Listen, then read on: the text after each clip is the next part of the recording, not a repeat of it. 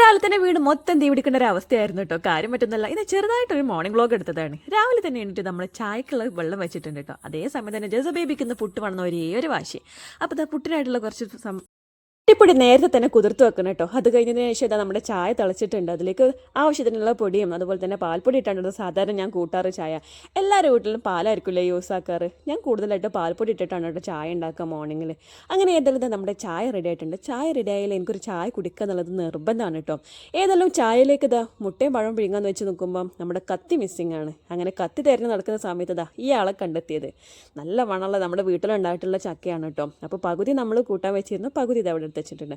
അങ്ങനെ പുറത്ത് പോയി നോക്കിയപ്പോൾ ഇതാണ് ഒരു നെഗറ്റീവ് എനർജി ആയിട്ട് കത്തിമ്പോൾ മൊത്തം നമ്മുടെ ചക്കയുടെ പാർട്സാണ് കേട്ടോ. അങ്ങനെ അതൊക്കെ കഴുകി ക്ലീൻ ആക്കിയതിന് ശേഷം നമ്മൾ പഴവും മുട്ട ഇതാ ഒരുമിച്ചിട്ടു.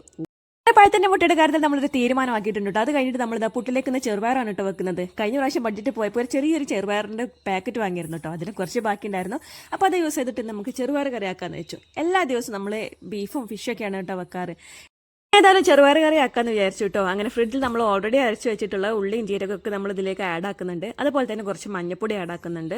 അതേപോലെ തന്നെ നമ്മൾ മുളകും ആവശ്യത്തിനുള്ള ഉള്ളികളും ആഡ് ആക്കിയിട്ടുണ്ട് കേട്ടോ. എന്തായാലും കറിക്കുള്ള ചട്ടവട്ടങ്ങളൊക്കെ ഒരുക്കിയപ്പോഴേക്കും നമ്മുടെ പഴം മുട്ടയൊക്കെ ഇവിടെ റെഡി ആയിട്ടുണ്ട് കേട്ടോ. നമ്മൾ നേരെ ഒരു പാത്രത്തിലേക്ക് മാറ്റിയതിന് ശേഷം നമ്മൾ കറിക്ക് ആവശ്യമായിട്ടുള്ള തേങ്ങ ചിരകണേ. എല്ലാവർക്കും തേങ്ങ ചിരകിയിട്ടുള്ള ചെറുപയർ കറിയാണ് കേട്ടോ ഇഷ്ടം. പക്ഷേ എനിക്ക് ഏറ്റവും ഇഷ്ടം അതുപോലെ തന്നെ തോന്നിക്കുന്നതാണ് കേട്ടോ. അങ്ങനെ നമ്മുടെ അടുപ്പിലേക്ക് ആവശ്യമായിട്ടുള്ള തേങ്ങ റെഡി ആയിട്ടുണ്ട് കേട്ടോ. അതിലേക്ക് കുറച്ച് പെരിഞ്ചീരകത്തിൻ്റെ പൊടിയും അതുപോലെ തന്നെ നമ്മളൊരു കൊച്ചുള്ളി ഇട്ടിട്ട് നന്നായിട്ട് ഗ്രൈൻഡ് ചെയ്തെടുക്കുക. അങ്ങനെ നന്നായിട്ട് ഗ്രൈൻഡ് ചെയ്തെടുത്തതിന് ശേഷം നമ്മുടെ കറിയിലേക്ക് ഒഴിച്ചത് നന്നായിട്ട് തിളപ്പിച്ചെടുക്കുക. അതിനുശേഷം നമുക്ക് തൂമിക്കാനായിട്ട് ഇതാ ഈ ഒരു ചെറിയൊരു ടിപ്പായിട്ട് പറഞ്ഞു തരാം കേട്ടോ. ഒരുപാട് പേര് ചെയ്യുന്ന കാര്യമായിരിക്കും. നമ്മുടെ കറിവേപ്പില നന്നായിട്ട് ഒരുപാട് കാലം സൂക്ഷിച്ച് വെക്കാൻ വേണ്ടിയിട്ട് കുറച്ച് മഞ്ഞൾ ഇട്ടിട്ട് അത് നമുക്ക് സേവ് ചെയ്ത് വെക്കാം കേട്ടോ. അതിനുശേഷം അത് നന്നായിട്ട് നമ്മൾ തൂമിച്ചിട്ട് നമ്മൾ കറിയിലേക്ക് ഒഴിച്ചിട്ടുണ്ട്. അങ്ങനെ നമ്മുടെ കറി റെഡി ആയിട്ടുണ്ട്.